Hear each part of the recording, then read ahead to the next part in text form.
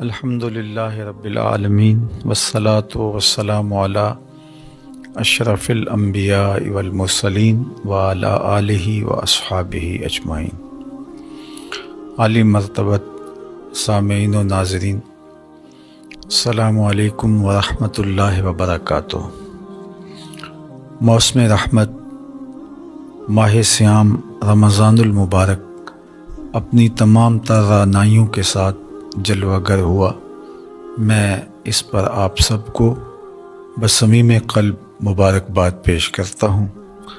بارگاہ عزدی میں دعا ہے کہ اس مہینے کی برکتیں سمیٹنے کی ہمیں توفیقات ارزانی ہوں۔ یہ ماہ مبارک اپنے دامن میں اتنی برکتیں لے کر جلوہ گر ہوا ہے کہ ہمارے سارے گناہوں کو مٹانے کا ذریعہ ہو سکتا ہے، ہمارے باطن کی روشنی کا ساماں کرتا ہے اور ہمارے اندر کے سارے اندھیروں کو، ظلمتوں کو روشنیوں اور اجالوں میں بدلنے کی توانائی اور طاقت رکھتا ہے۔ اللہ تعالیٰ جل شانہ نے اس ماہ مبارک کو ہمارے لیے بہت ساری برکتیں اور رحمتیں دے کر جلوہ گر کیا، اور اس امت پر اللہ کا بہت بڑا احسان ہے کہ اس نے اس ماہ انور کے ذریعے سے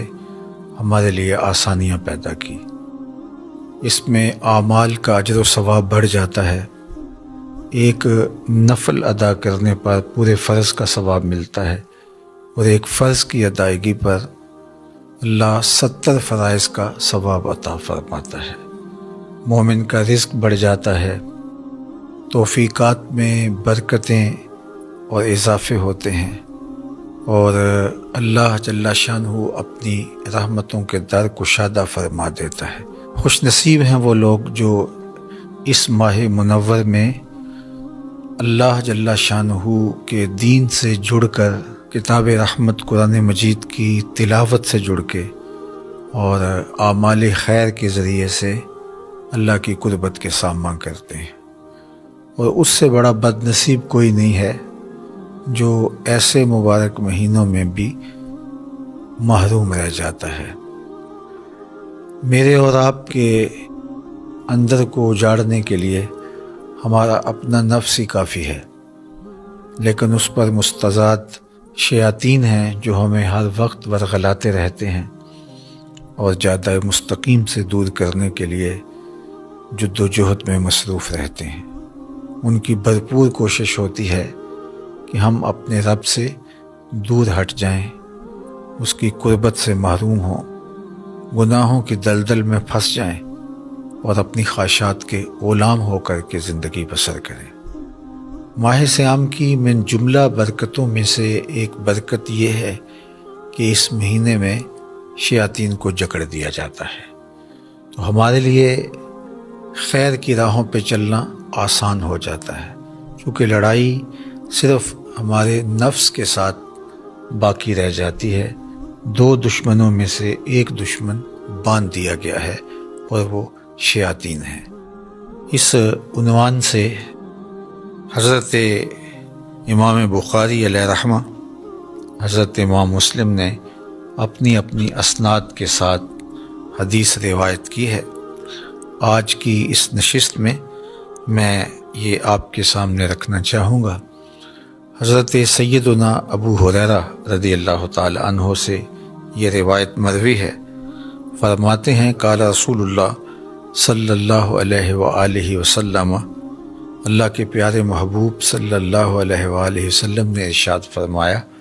اذا دخل شہر رمضان فتحت ابواب السماء، جب ماہ صیام جلوہ گر ہوتا ہے، اس مہینے کی آمد ہوتی ہے، تو اللہ آسمان کے دروازے کو کشادہ کر دیتا ہے۔ وفی روایت فتحت ابواب الجنہ، ایک روایت کے لفظ یہ ہیں کہ جنت کے دروازے کھول دیے جاتے ہیں۔ وغلقت ابواب جہنم، اور جہنم کے دروازے بند کر دیے جاتے ہیں۔ وسلسلت الشیاطین، اور شیاطین جکڑ دیے جاتے ہیں۔ اور ایک روایت میں وفتحت ابواب الرحمہ، اور رحمت کے دروازے کشادہ کر دیے جاتے ہیں۔ تو گویا اللہ جل شانہ اس مبارک مہینے میں رحمت کے در کشادہ کرتا ہے، جنت کے دروازے کھول دیتا ہے، آسمان کے در کشادہ کر دیے جاتے ہیں، جہنم کے دروازے بند کر دیے جاتے ہیں، اور وہ قوتیں جو ہمیں جہنم کی طرف لے جانے کے لیے کوشاں رہتی ہیں انہیں محبوس کر دیا جاتا ہے، انہیں باندھ دیا جاتا ہے، شیاطین کو جکڑ دیا جاتا ہے۔ اب ہمارے لیے کتنا آسان ہو جاتا ہے کہ ہم خیر کی طرف اپنے سفر کو شروع کریں، اپنے اندر اتر کر کے اپنی کوتاہیوں کا خود ادراک کریں اور خیر کی طرف اپنے سفر کا آغاز کریں۔ چونکہ جو رکاوٹیں تھیں ان میں سے بڑی رکاوٹ شیطان تھا، تو شیاطین کو اس ماہ منور کے اندر اللہ تعالیٰ نے جکڑ دیا ہے۔ یہ کتنی بڑی کرم نوازی اس نے ہمارے اوپر فرمائی کہ ہمارے دشمن کو ہی ہمارے راستے سے ہٹا دیا، جو ہمیں جادہ مستقیم سے ہٹانے کے لیے دن رات کوشاں تھا اور جس کے ساتھ ہمارا مقابلہ جاری تھا، اور جس کی وجہ سے ہم شر کی جانب لڑک جاتے تھے اور نیکی کی توفیق ہمیں نہیں ہو پاتی تھی، شیاطین کے بہلانے کی وجہ سے، ان کے بہکاوے کی وجہ سے اور ان کے شر و فساد کی وجہ سے۔ تو اللہ تعالیٰ جل شانہ کی کتنی بڑی عنایت اور کتنا بڑا کرم کہ اس نے ہمارے راستے سے ہمارے دشمن کو ہٹا دیا اور ہماری یہ مدد اور نصرت فرمائی۔ اب اتنی بڑی کرم نوازی کے باوجود، اتنی بڑی رحمت کے باوجود، اتنی بڑی رکاوٹ کو ہٹا دینے کے باوجود اگر کوئی شخص خیر کی طرف راغب نہیں ہوتا اور اچھائی کی راہ پہ گامزن نہیں ہوتا تو پھر اس سے بڑا محروم کوئی نہیں ہو سکتا۔ دوسری ایک روایت اسی عنوان سے ہے جس کو حضرت انس بن مالک رضی اللہ تعالی عنہ روایت کرتے ہیں، قال دخل رمضان، ماہ صیام داخل ہوا، یہ مہینہ جو ہی طلوع ہوا، فقال رسول اللہ صلی اللہ علیہ وآلہ وسلم، تو اللہ کے پیارے محبوب صلی اللہ علیہ وآلہ وسلم نے ارشاد فرمایا، ان ھذا الشہر قد حضرکم، لوگوں یہ مبارک مہینہ آ گیا ہے، یہ طلوع ہو گیا ہے، برکتیں لوٹاتا ہوا یہ مہینہ جلوہ گر ہو گیا ہے، وفیہ لیلۃ خیر من الف شہر، اور اس میں ایک ایسی رات ہے جو 1000 مہینے سے بہتر، اشرف اور افضل ہے۔ پھر ارشاد فرمایا، من حرمھا فقد حرم الخیر کلہ، جو محروم ہو گیا وہ ہر خیر سے محروم ہو گیا، یعنی ایسا مہینہ تم کو نصیب ہوا ہے جس میں ایک رات 1000 مہینے سے افضل و اشرف ہے، اور یہ رحمتیں بانٹتا ہوا، نور بکھیرتا ہوا، خیر تقسیم کرتا ہوا اور اللہ کی عنایات کو تمہارے اوپر نچھاور کرتا ہوا یہ مہینہ جلوہ گر ہوا ہے۔ اب اس مہینے کے اندر آپ کا دشمن بھی باندھ دیا گیا اور تمہارے لیے آسانیوں کے در کشادہ کر دیے گئے، رحمتوں کا عموم ہے، کرم نوازیوں کی بارش ہو رہی ہے، انوار کی برکھا برس رہی ہے، خیر و برکت اتر رہے ہیں، ایک رات 1000 مہینے سے افضل ہے۔ لیکن اس کے باوجود بھی اگر کوئی نکمہ محروم رہ گیا اپنے آپ کی کوتاہیوں کی وجہ سے اور عملی کمزوریوں کی وجہ سے، سستی کی وجہ سے، تمرد کی وجہ سے، سرکشی کی وجہ سے، کسی وجہ سے بھی وہ محروم رہ گیا تو فرمایا فقد حرم الخیر کلہ، وہ ساری کی ساری خیر سے محروم رہ گیا۔ اللہ اکبر۔ ولا یحرم خیرہا الا محروم، اور اس ماہ انور کے خیر و برکات سے محروم وہی رہتا ہے جو حقیقت میں محروم ہے، جو شقی اور بدبخت ہے وہی محروم رہے گا، ورنہ اتنی فراواں رحمتیں، اتنا کثیر کرم اور اتنی عنایات اس کی برس رہی ہوں تو بتاؤ کہ کوئی کیسے محروم رہ سکتا ہے۔ لیکن جو بدبخت دل کا کالا ہے، باطن اس کا اجڑا ہوا ہے اور وہ خیر کو حاصل کرنا ہی نہیں چاہتا تو وہ تو حقیقی محروم ہے، تو وہ اس مبارک مہینے کے اندر بھی محروم رہ جائے گا۔ اور جو خیر پانے والے ہیں وہ ہر موقع سے خیر اپنے حصے کی سمیٹ لیتے ہیں، وہ کیا کسی نے کہا تھا ہر شب شب قدر است اگر قدر دانی، کہ ہر شب شب قدر ہے اگر تو قدر پہچان لے، اور اگر کوئی قدر نہ پہچاننے والا ہو تو وہ شب قدر کو بھی محروم رہتا ہے، وہاں سے بھی برکتیں نہیں سمیٹ سکتا۔ تو جن کی طبع ہموار ہوتی ہے، جن کے باطن ستھرے ہوتے ہیں، جن کے خیالوں میں پاکیزگیاں ہوتی ہیں، جن کی سوچوں میں نور ہوتا ہے، تو وہ اپنے حصے کی خیر ہر جگہ سے کشید کر لیتے ہیں۔ اور جو اندر سے محروم ہوتے ہیں، شقی القلب ہوتے ہیں، ان کے باطن اجڑے ہوئے ہوتے ہیں، تو وہ پھر برستی رحمتوں میں بھی اپنے دامن کو تر نہیں کر پاتے، اور وہ یوں ہی اپنی زندگی برباد کر دیتے ہیں۔ عالی مرتبت سامعین، ناظرین، یہ ماہ مبارک ہمیں زندگی میں ایک بار پھر نصیب ہوا ہے، نہ جانے دوبارہ زندگی میں نصیب ہو یا نہ ہو، لیکن اس پورے مہینے کو ہم اپنے دامن کو پھیلا کر اللہ جل شانہ کی رحمتوں کو سمیٹنے کی بھرپور کوشش کریں، خوش دلی سے اس کا استقبال کریں۔ اس مہینے کے آنے پر ہمارے چہرے پہ مسرت و فرحت اور بشاشت کا ظہور ہونا چاہیے۔ ہم پوری طرح سے اس مہینے کے ایک ایک لمحے کی قدردانی کریں، قرآن مجید کی تلاوت اپنے معمولات میں ہم شامل کریں، اس مہینے میں کثرت کے ساتھ صدقہ و خیرات کریں، ہم 5 گانہ نماز باجماعت اور تکبیر اولیٰ کے ساتھ پڑھنے کی کوشش کریں، اور صلاۃ التراویح میں پورا قرآن مجید ہم سماعت کریں۔ کسی ایک جگہ جہاں قرآن مجید ترتیل کے ساتھ خوبصورت لہجے میں پڑھا جاتا ہے، اچھے تلفظ کے ساتھ پڑھنے والے قراء موجود ہیں، وہاں ہم قرآن مجید کی تلاوت سنیں، ورنہ قرآن مجید تیزی کے ساتھ پڑھنے سے اس کا حق بھی ادا نہ ہوتا ہو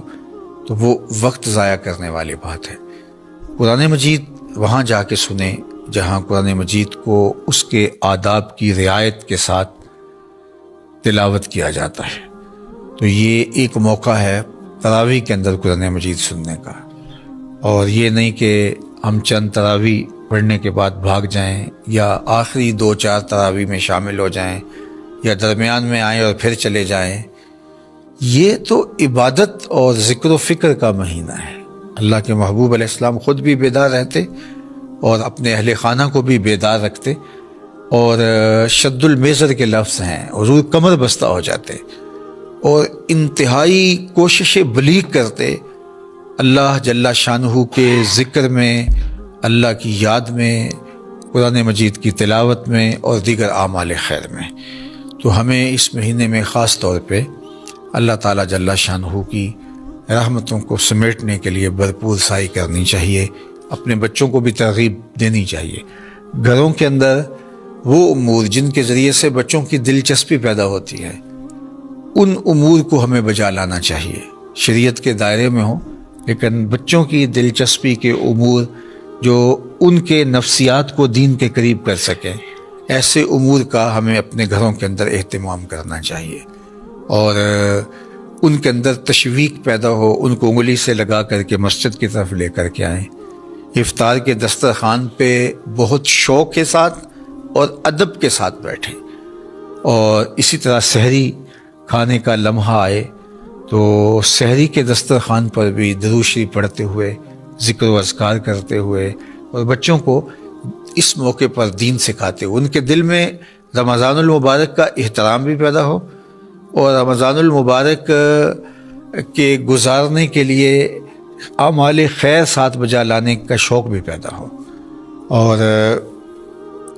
اسی طرح ان کو صدقہ دینے کی عادت ڈالیں۔ اگرچہ آپ صدقہ خود بھی اپنے ہاتھ سے کریں، لیکن کچھ مقدار میں اپنے بچوں کو بھی آپ کچھ رقم دیں، وہ ضرورت مندوں کو، مدارس دینیہ کو، مساجد کو اور دیگر خیر کے کاموں کے اندر صرف کریں، تاکہ بچپن میں طبعاً ان کے اندر خیرات کا، صدقے کا، راہ خدا میں خرچ کرنے کا جذبہ پیدا ہو، اور یہ جذبہ پھر ساتھ ساتھ ان کے پروان چڑھتا چلا جائے گا۔ اور ماہ صیام کے اندر جو برکتیں اترتی ہیں،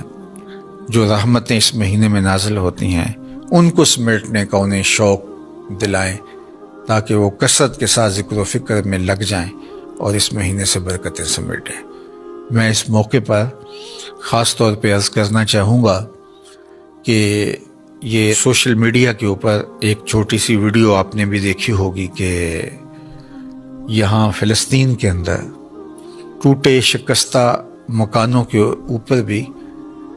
اپنی استطاعت کے مطابق چراغاں کر کے اور جھنڈیاں لگا کے بچے جس خوشی کا، جس مسرت کا اور جس سرشاری کا اظہار کر رہے ہیں، تو یہ یقیناً دین کے ساتھ محبت اور دین کے ساتھ پیار کی دلیل ہے، اور اس ماہ صیام کے ساتھ ان کا باطنی تعلق جو ان کے والدین نے ان کو سکھایا۔ بہت سارے بچے ایسے ہیں کہ جن کے ماں باپ شہید ہو چکے ہیں، لیکن وہ آج ماہ صیام میں ان کی دی ہوئی تعلیم کے مطابق ماہ مبارک کا استقبال کر رہے ہیں، تو ان کی روحیں، ان کے ماں باپ کی روحیں، ان شہیدوں کی روحیں قبروں میں کتنی آسودہ ہو رہی ہوں گی کہ ہم جو نسل دے کے آئے ہیں، آنے والی نسل آج بھی دین کے اوپر اسی طرح کھڑی ہے، اور یہ ماحول کی تبدیلی اور یہ ٹوٹے مکان اور یہ شکستہ گلیاں اور یہ ملبے کے ڈھیر ان سے دین کی محبت نہیں چھین سکی۔ یہ دولت، یہ عمارت، یہ غربت، یہ تو معروضی چیزیں ہیں، کبھی ہوں کبھی نہیں، لیکن یہ ماہ صیام کے ساتھ جو تعلق ہے یہ تو ہمارے ایمان کا حصہ ہے، یہ ہماری محبت ہے دین کے ساتھ اور اس کا ظہور ہے۔ تو مجھے قلبی طور پہ بہت فرحت ہوئی، اور دوسری جانب میں دیکھتا ہوں کہ ہم آسودہ ملکوں میں رہنے والے ہیں، ہزار پریشانیوں کے باوجود اگر ہم ان سے موازنہ کریں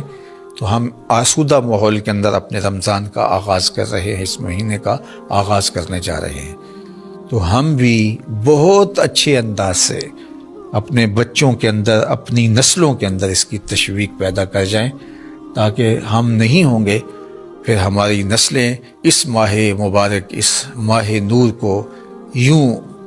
اس کا استقبال کر کے عقیدتوں کا اظہار کریں گی، اور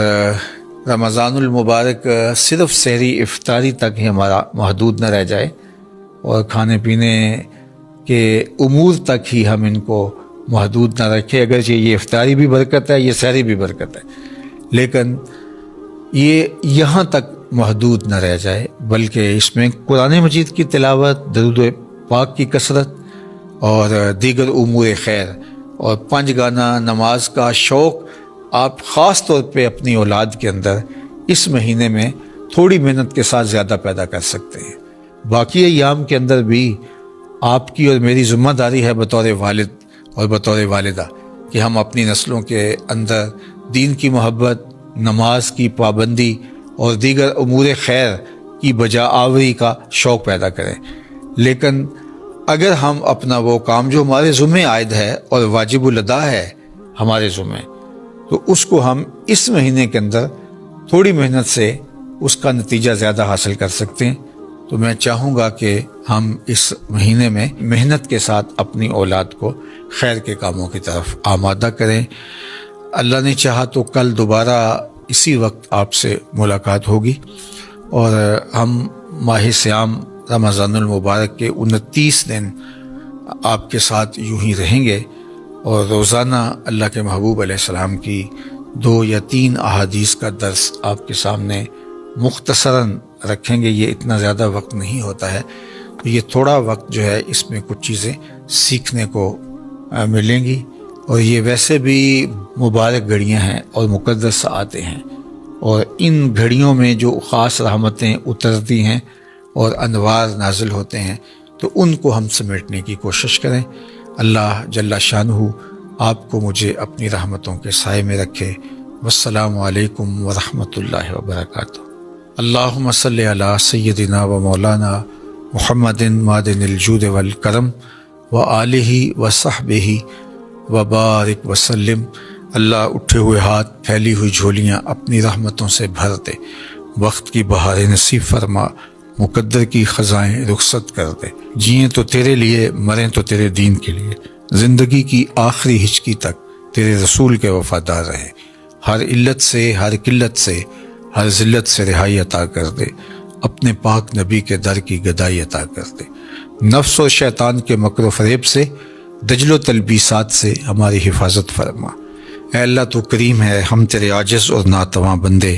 اس ماہ مبارک کی برکتوں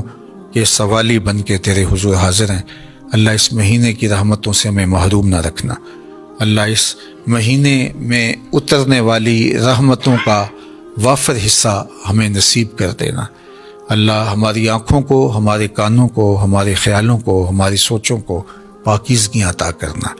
روزے کو روزے کے آداب کی محافظت کے ساتھ نبھانے کی ہمیں توفیق عطا فرمانا، اور اپنی خاص کرم نوازیاں میرے وطن کے شامل حال فرمانا۔ اللہ میرے ملک کو امن کا گہوارہ بنانا، یہاں دہشت گردی کے سلگتے الاؤ ٹھنڈے کر کے امن کی بہاریں پیدا فرمانا، معیشت کا جمال، معاشرت کا حسن اور صالح اقدار کا نور عطا فرمانا۔ اہل غزہ کے لیے تیرے حضور ملتجی ہیں، اللہ ان کی مدد، نصرت اور اعانت فرمانا۔ اس آسمان کے نیچے، زمین کے اوپر